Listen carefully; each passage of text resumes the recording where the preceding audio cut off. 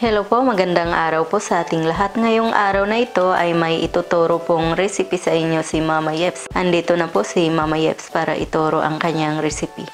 Magandang araw po sa ating lahat. Ngayong araw na to ay meron na naman po akong panibagong recipe na i-share po sa inyo.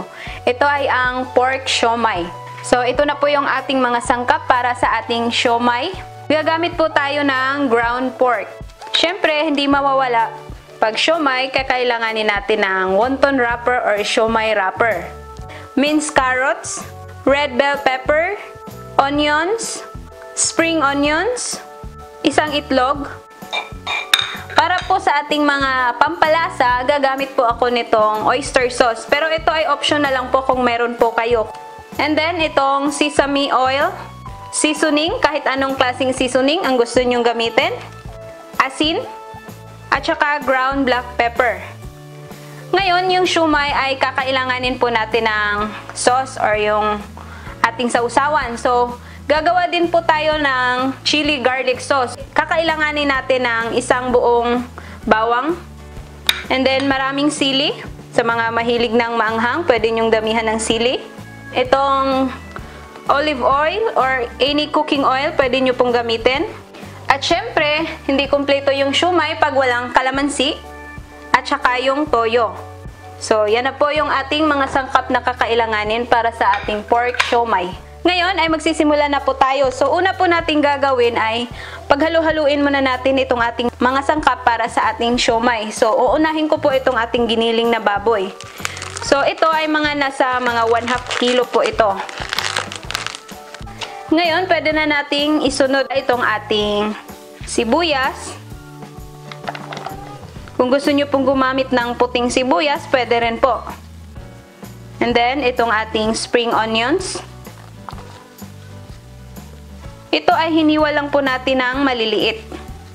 And then, itong carrots. Yung carrots natin ay mga nasa 2 piraso po ito. So, ang dami pala nito ay depende po yan sa kung gaano karami po yung karne na gagamitin natin. And then, isunod po natin itong red bell pepper. Ito, pwede rin po tayong gumamit dito ng green or red or kahit anong kulay ng bell pepper. Yan, paghalu-haluin na po natin yan.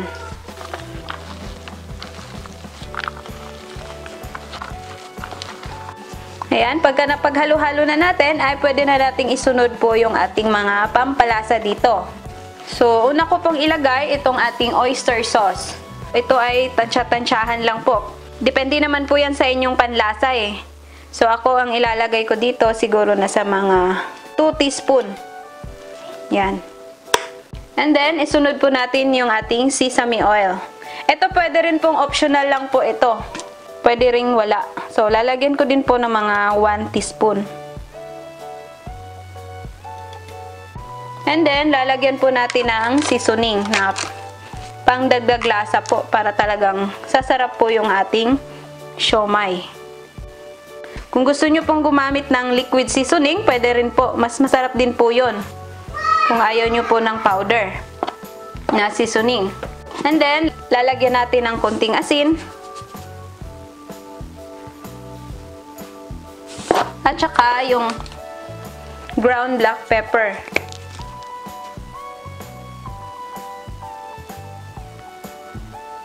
Ayan. So ngayon, pagsama-samahin na po natin tong lahat.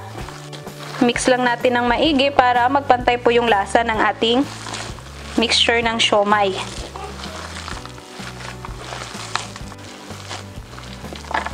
Sobrang sarap po nito. At saka pwedeng-pwede nyo pong gawing negosyo to. Kasi sobrang dali lang po niyang gawin. At saka, mabentang-mabenta po to sa mga tao. Ngayon, pwede na nating isunod yung ating itlog.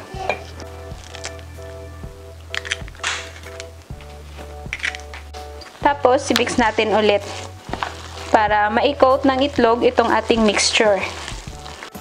Tapos, ngayon pa lang po, pwede na po kayong magsimulang magpakulo ng tubig sa inyong steamer. Importante pala na meron po tayong steamer dahil doon po natin lulutuin yung ating siomai. Ngayon po ay ready na po natin tong balutin yung ating mixture ng ating siomai dito sa ating wonton wrapper. So, bago tayo magsimula, kumuha lang po tayo ng kunting oil. Tapos, i-brush po natin dito sa ating steamer para hindi didikit po yung ating siomai pagka naisalang na po natin sa ating steamer. Yan, papahiran lang po natin ng kunting oil itong ating steamer.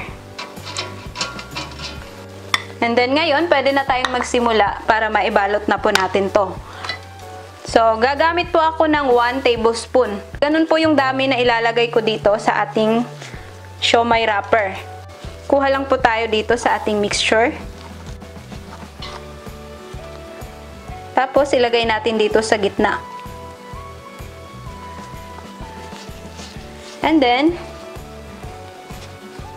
ganyan, iipitin or ifo-fold lang natin yung gilid. Or parang gagawa tayo ng pleats. Yan, ganyan. Basta sundan nyo lang po. Ganun po yung gagawin natin. And then, iipitin po natin. And then, press natin ng konti dito sa gitna.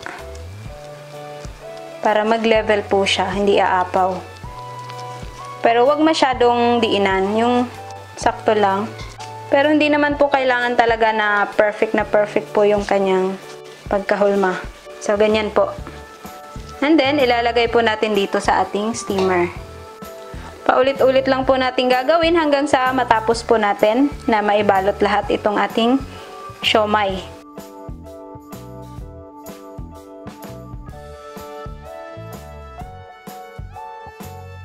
Ayan, ito na po yung ating siomai na ibalot ko na po lahat. So, ito ay ready na po nating isalang sa ating steamer kasi kumukulo na po yung tubig doon sa ating steamer. Ayan po, isasalang na po natin dito sa ating steamer. Lulutuin po natin to ng 20 to 30 minutes. Tatakpan na po natin. Babalikan po natin pagkaluto na tong ating siomai. Tapos, yung init natin ay nasa low to medium heat lang. Ngayon po, habang hinihintay po nating maluto yung ating siomai, gagawin po muna natin yung ating chili garlic sauce. So yan, dito sa ating saucepan, magpapainit lang po tayo ng mantika. Dahil igigisa po natin yung ating bawang at saka yung ating chili. Yan siguro mga 1/2 cup na oil. Papainitin lang muna natin. Ngayong mainit na po yung ating oil ay pwede na nating igisa itong ating bawang. Yan, hihinaan nyo lang po yung apoy para hindi siya masusunog kaagad. So, hihintayin po natin to na medyo mag-golden brown po yung ating, or mag-light brown po yung ating bawang. Yan, halu-haluin lang natin para magpantay po yung kanyang pagkaluto. Pagka ganito na medyo light brown na siya, pwede na nating isunod itong ating sili. Yan, halu-haluin lang din po natin para talagang maluluto yung ating sili. Hihintayin po natin na medyo mag golden brown po yung kulay ng ating sili. Para may lasa po itong ating chili garlic sauce, titimplahan po natin ng ground black pepper at saka kunting asin.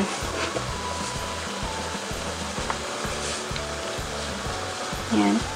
Halu-haluin lang natin para hindi masusunog. Babantayan nyo po, wag nyo pong iwanan kasi mabilis lang po ito. Pwede nyo pala tong i-blend kung gusto nyo ng medyo pinong-pino siya. Yan, sobrang bango na po ngayon. Kasi yung bawang natin ay medyo natusta na siya ng konti. Kung gusto nyo or mahilig kayo sa sobrang anghang, pwede nyo pa tong dagdagan pa ng sili. Kailangan medyo matusta natin yung ating sili para hindi siya nasisira kaagad. Pwede pa kung hindi natin mauubos, pwede pa natin tong isi-save. Ilagay lang po natin sa ating freezer, sa ating refrigerator para pwede pa nating magamit sa susunod. Hindi lang po siopaw yung pwedeng paggagamitan natin dito. Pwede po yung ibang pagkain na gusto natin ng maanghang. Ayan, pagkaganito na po yung kulay ng ating sili at saka yung bawang na medyo golden brown na po. Ready na po ito. Pwede na nating patayin yung ating stove at hahanguin po natin. Ngayon po, 20 minutes na po yung nakalipas. So, babalikan na po natin yung ating siomai. So, yan, luto na po yan kasi yung kulay ng ating karne ay hindi na po siya pinkish. Yan, pwede na natin tong hanguin. Kukuha lang po ako dito sa ating siomai para mai-try natin siya na meron siyang toyo mansi at saka yung chili garlic sauce.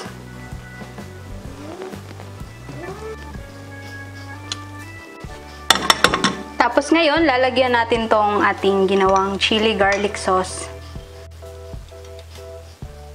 And then, pipigaan po natin itong kalamansi. Then ngayon, tikman po natin. Isasawsaw po natin dito sa ating soy sauce. Sobrang sarap po. Tamang-tama po yung ating timpla ng ating siomai. Hindi siya gaanong maalat. Sakto lang po pagka isawsaw natin sa ating toyo or sa ating soy sauce. Ayan na po ang ating finished product ng pork siomai na ginawa po ni Mama Yeps. Maraming salamat po sa inyong panonood. Ito po ang inyong Ate Mayang na nagsasabing, mabuhay!